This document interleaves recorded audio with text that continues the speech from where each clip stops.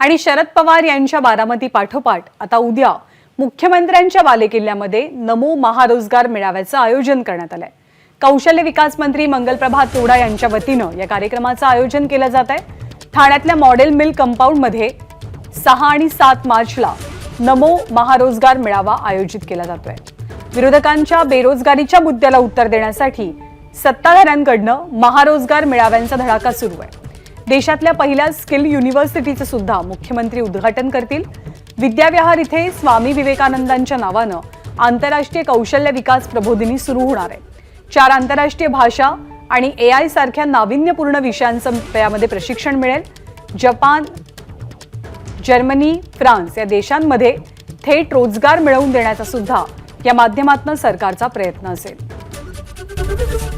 ABP माझा, उघडा डोळे बघा नीट।